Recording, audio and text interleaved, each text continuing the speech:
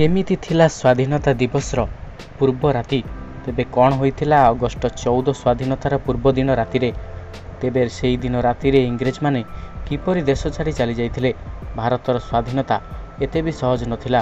ଇଂରେଜମାନଙ୍କ ବିରୋଧରେ 1947 ମସିହାରେ ଘନ ଘନ ମହାସଂଗ୍ରାମ ଚାଲିଥିଲା। ତେବେ ବହୁତ ଭିନ୍ନ ଭିନ୍ନ ମହାପୁରୁଷମାନେ ଇଂରେଜମାନଙ୍କ ବିରୋଧରେ ସଂଗ୍ରାମ କରୁଥିଲେ। ସାଧାରଣ ଜନତା ମଧ୍ୟ ଏଥିରେ ଭାଗ ନେଉଥିଲେ। ତେବେ ମହାପୁରୁଷମାନେ କାହିଁକି ଭାରତର ପ୍ରତି ସାଧାରଣ ଜନତା ବଳିଦାନ ମଧ୍ୟ ଦେବାକୁ ଅତୁଳନୀୟ ଭାବୁଥିଲେ? ଭାରତର ସ୍ୱାଧୀନତା ସଂଗ୍ରାମ ବିଶ୍ୱର ସବୁଠାରୁ ଅଧିକ ଦିନ ଧରି ଚାଲିଥିଲା। ତେବେ ଲୋକମାନେ ମଧ୍ୟ ଏଥିରେ ଭାଗ ନେଇଥିଲେ। ତେବେ ଇଂରେଜମାନଙ୍କ ବିରୋଧରେ ଚାରିଆଡ଼େ ମେଳି ହେଉଥିଲା ଏବଂ ଇଂରେଜମାନଙ୍କ ବିରୋଧରେ ଅହିଂସା ହେଉ କିମ୍ବା ହିଂସାନୀତି ହେଉ, ସୁଭାଷ ବୋଷଙ୍କ ଡାକରା ମୋତେ ରକ୍ତ ଦିଅ ମୁଁ ତୁମକୁ ସ୍ୱାଧୀନତା ଦେବି ଭାବରେ ଏହି ଚିନ୍ତାଧାରା ନେଇ ଲୋକମାନେ ଲଢ଼େଇ କରିଥିଲେ। ହେଲେ ଭାରତ ସ୍ୱାଧୀନ ହେଲା।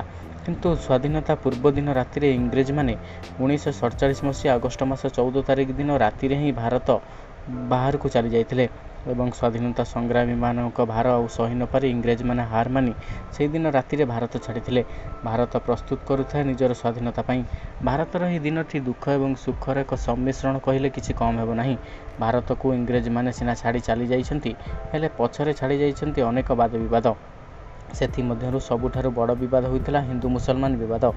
ଅଗଷ୍ଟ 14 ତାରିଖ ମଧ୍ୟରାତ୍ରିରେ ଜବାହରଲାଲ ନେହେରୁ ଭାଇସରୟ ଅଫିସରେ ଦେଉଥାନ୍ତି ନିଜର ପୂର୍ବ ସ୍ୱାଧୀନତାର ଅଭିଭାଷଣ, ଯେଉଁଥିରେ ସେ କହିଥିଲେ ଯେ ଯେଉଁ ସମୟରେ ସାରା ବିଶ୍ୱ ଶୋଇଥିବ ସେହି ସମୟରେ ଜନ୍ମ ନେବ ଏକ ନୂଆ ଭାରତ।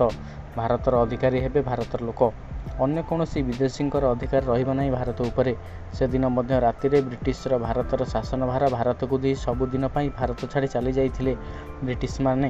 1947 ମସିହା ଅଗଷ୍ଟ 15 ତାରିଖ ଦିନ ସରକାରୀ କାଗଜପତ୍ରରେ ଭାରତକୁ ଏକ ପୂର୍ଣ୍ଣ ସ୍ୱାଧୀନ ଦେଶ ଭାବେ ଘୋଷଣା କରାଯାଇଥିଲା। ଯେଉଁଦିନ ପ୍ରଧାନମନ୍ତ୍ରୀ ଜବାହରଲାଲ ନେହେରୁ ଭାରତକୁ ସମ୍ବୋଧନ କରି କହିଥିଲେ ଯେ ଇଂରେଜମାନେ ଭାରତ ଛାଡ଼ି ଚାଲି ଯାଇଛନ୍ତି।